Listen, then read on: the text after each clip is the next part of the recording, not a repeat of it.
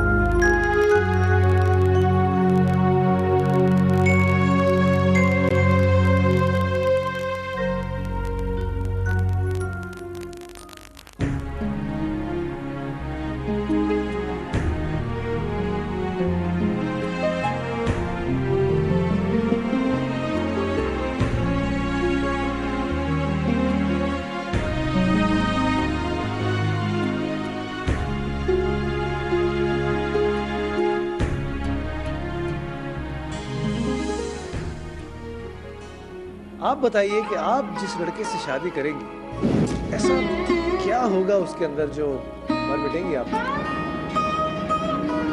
नहीं, वो ऐसा कर ही नहीं सकता। लेकिन पता तो चले कि ऐसा क्या करेगा वो। बता नहीं सकती। यार दिस इज सो अनफेयर है। बताओगी नहीं तो उस गरीब को पता कैसे चलेगा? वो गरीब मेरे दिल की बात को जान क्यों नहीं लेता? ये दारिया कहाँ चली गई है? देखो दारिया हमारे क्विज का अब हिस्सा निकली। तुम सुकून से जवाब दो वरना रमजी की तरह तुम्हें भी एक टांग पर खड़ा होना पड़ेगा।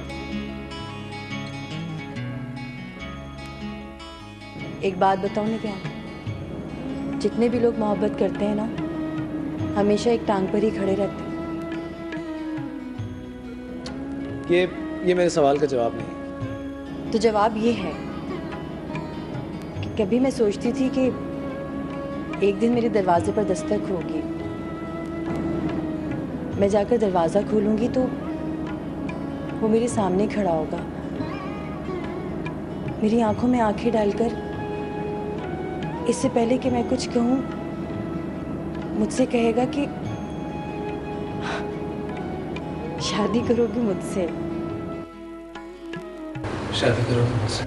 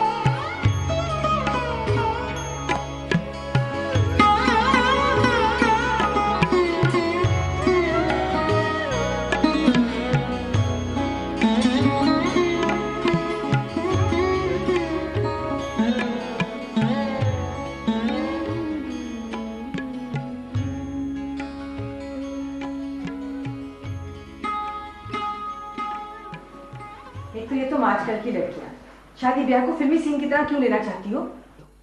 अब वो अपने मुंह से ही कहेगा तो यकीन आएगा कि शादी करना चाहता है तुझसे। 15 साल पुरानी अंगूठी को साल में 6 मर्तबा पॉलिश करवाता है तो क्या अजायब घर में रखेगा उसे?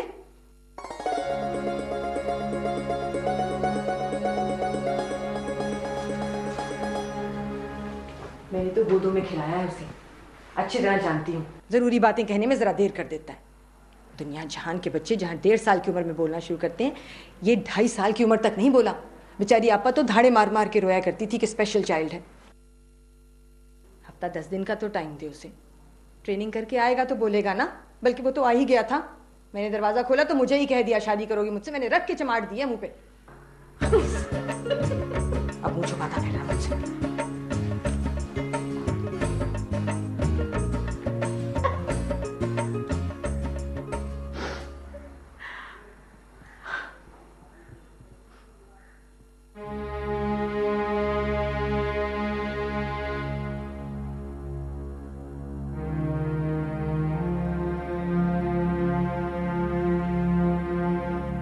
दारिया के सर पे पिस्तौल रखकर 50,000 छीन लेने वाला ही चोर नहीं होता,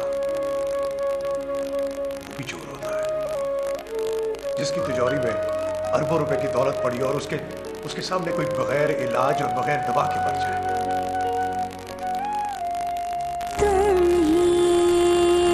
कुछ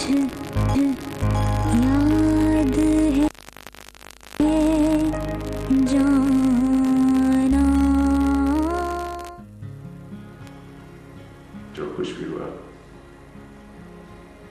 जो कुछ भी हुआ उसमें सारा कसूर तुम्हारा है।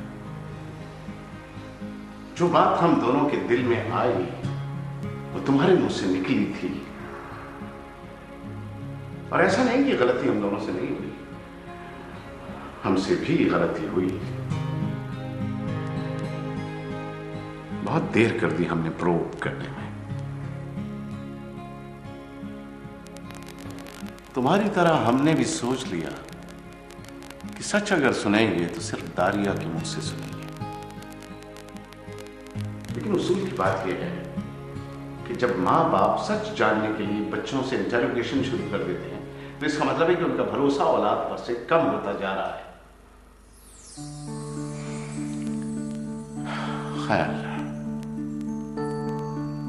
वो इस वक्त जितनी तकलीफ में है उसका मदावा हम दोनों से मुमकिन नहीं होगा। यूं समझो कि हम दोनों उसे मुंह दिखाने के लायक नहीं रहे,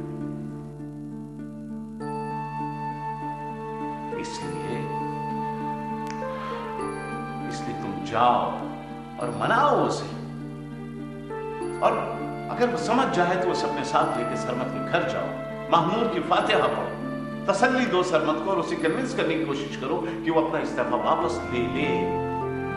शायद खुदा हम उन तीनों को इस तरह से माफ कर दे। देखो बेटा, दारिया के सर पे पिस्तौल रखकर 50,000 रुपए छीन लेने वाला ही चोर नहीं होता, वो भी चोर होता है जिसकी तिजोरी में अरबों रुपए की दौलत पड़ी और उसके सामने कोई बगैर इलाज और बगैर दवा के मर जाए। पैसे वालों ने अपने आप को जस्टिफाई करने के लिए इतनी दलीलें कर ली हैं कि हमें कोई चोर नहीं कहता, लेकिन ऊपर जब उस देने वाले के पास पहुंचेंगे तो भरे मजमे में हमें चोर पुकारा जाएगा। मैं आप दोनों की किसी बात को डिसएग्री नहीं करता। एक एतराज है मुझे, दफ्तर में घर और घर में दफ्तर नहीं चलता। किसी के खानदानी मसाइल से दफ्तर के रूल्स एंड रेगुलेशंस का कोई ताल्लुक नहीं है। So I just want you to say think and try and make them separate. रुको, ये जो Shaukat and Chawla group of companies है ना, ये हम दोनों ने मिलकर बनाया था। अपने एक दिन की तनख्वाह से इस फर्म का आगाज किया था हमने। बैलेंस शीट पढ़ो तो 6 अरब 70 करोड़ के एसेट्स हैं हमारे पास। 60-70 करोड़ के कर्जे माइनस कर दो तो फिर भी 6 अरब हमारी तिजोरियों में घर में पड़े हुए हैं। अरे अंग्रेजी तो हमने बाद में सीखी थी, इसीलिए शायद तुम हमें ज्यादा पढ़ा लिखा नहीं समझते, लेकिन अंग्रेजी पढ़ने से पहले, अंग्रेजी सीखने से पहले हमने ये बात सीख ली थी कि दफ्तर अगर खानदान नहीं होता तो नहीं चलता। तुम्हें अभी इस दफ्तर में सिर्फ 2 साल, तुम्हें ये मुलाजमत देते वक्त ना तुम्हारी काबिलियत देखी गई, ना ही किसी ने तुम्हारा इंटरव्यू किया कि तुम डेप्यूटी एमडी की इस सीट को तुम डिजर्व भी करते हो। तुम्हें तो शायद ये सीट इसलिए दी गई कि अगर हम दोनों मर जाएं तो शायद तुम इस ग्रुप को जिंदा रख सको। तुम्हारी दफ्तरी उम्र सिर्फ 2 साल है, 2 साल, लेकिन इस दफ्तर में ऐसे भी लोग काम करते हैं जो गुज़िश्ता 25 सालों से हमारे साथ काम कर रहे हैं, और जिनमें से कमोबेश अक्सर लोग तुमसे 23 बरस बड़े हैं।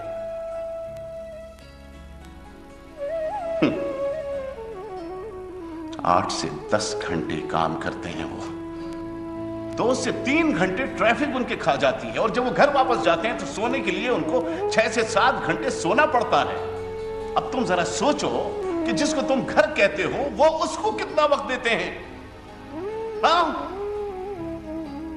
फिर अगर ये बात समझ में आए तो हिसाब करके बताना कि आया वो हमारे मुलाजिम है या हमारे घर वाले।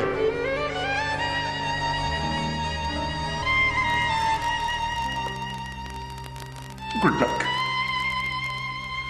Good luck.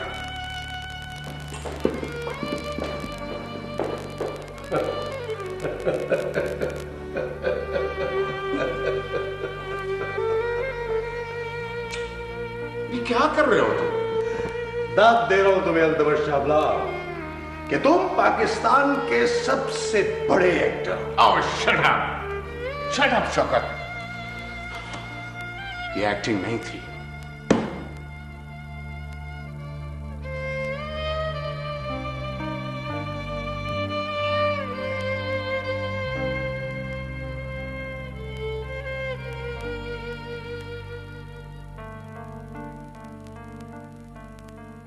तुम क्या जानो सावन भादो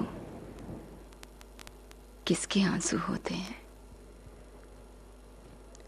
कुछ तेरी आंखों से लेकर, कुछ मेरी आंखों से लेकर, कुछ कर्जा पिछली बारिश का, कुछ सूत मिला है लोगों से, और लोगों पर ही रोते हैं। तुम्हें कुछ याद है जाना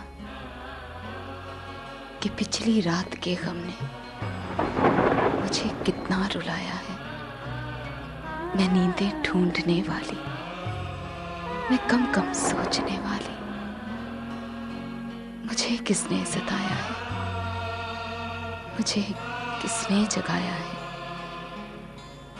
तुम्हें कुछ याद है जाना, मेरी बेनाम तहरीरें, मेरे पैरों की जंजीरें किसी गम की निशानी है, मोहब्बत की कहानी है।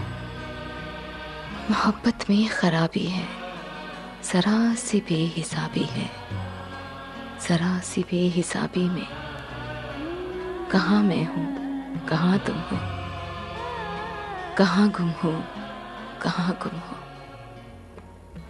तुम्हें कुछ याद है जाना।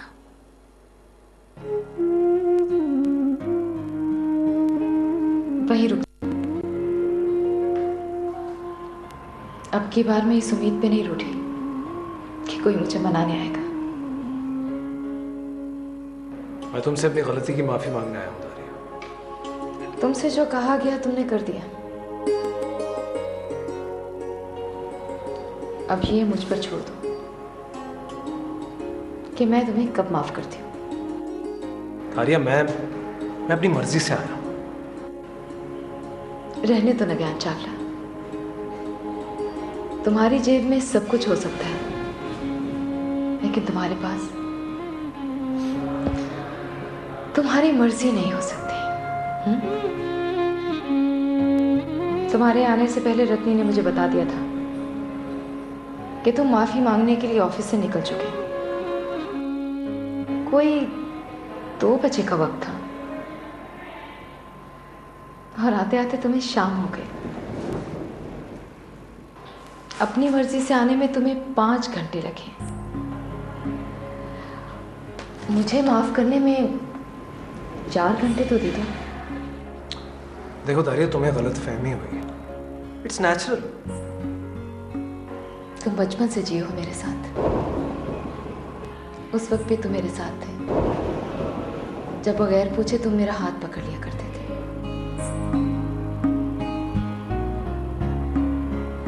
और उस वक्त से भी हम इकट्ठे हैं,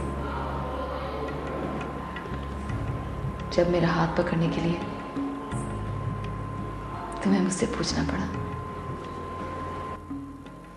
फिर भी तुम्हें गलतफहमी हो जाएगी तो बचपन मुंह भर के गाली नहीं देगा तुम्हें।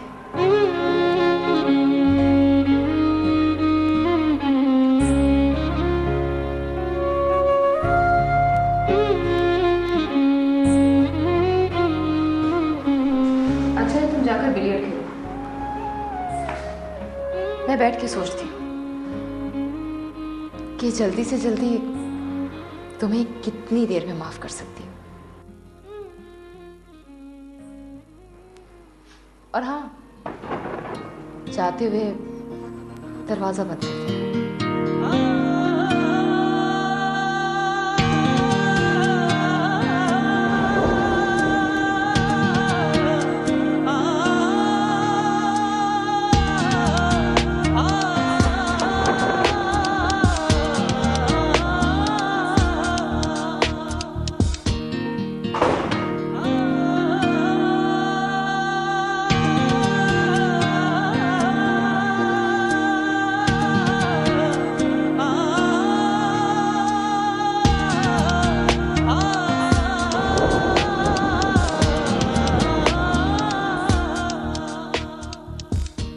बार बार तुम उसकी नजरों से गिर क्यों जाते हो? इसमें प्रॉब्लम सिर्फ मेरा नहीं है, वो नजरों में टिकने नहीं देती।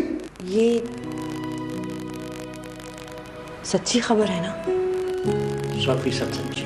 तुम ही कुछ याद है जो। रुको, तुम्हें किसने बताया कि मैं उससे माफी मांगने आया हूं? साहब जी ने। और तुम खड़ी भी सुन रही थी? सुन नहीं रही थी, देख रही थी। क्या देख रही थी? यही कि आप माफी मांगते हो कि नहीं। क्या रत्नी?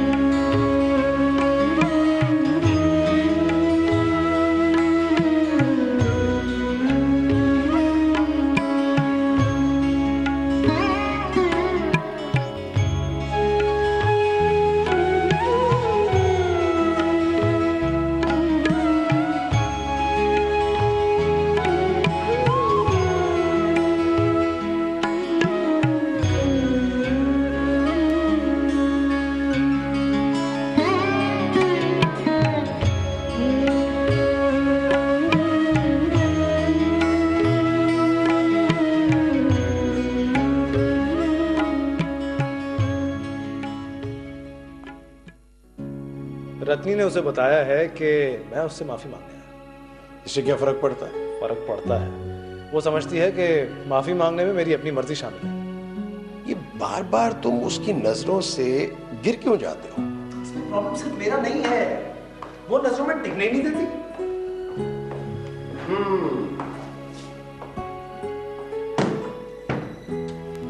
यूं करते हैं कि एक कप चाय का पीते, बिलियर्ड खेलते, मैच का सुनेगी तो खुद ही ठीक हो जाएगी। मैच का सुनते ही गालियां देगी। सहेली मर गई है उसकी।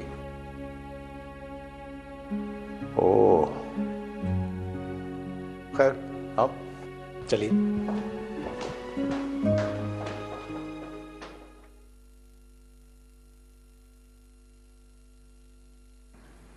पता है असल में चोर कौन है? कौन है? वो जरदाब की एक सहेली थी, महानूर। उसका शौहर। ये सच्ची खबर है ना? 100% सच्ची। तो फिर समझो कि वो मर गई मेरे हाथों से।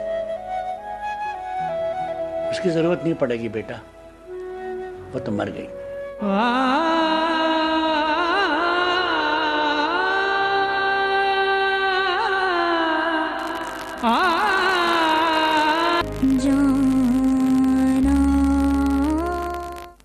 क्या वादा? अब बोल नाम। दारिया को नहीं बुलाएंगी आप? बकवास कर रही है ना? अभी तो एक ही नाम लिया है और वादे से फिर गई है।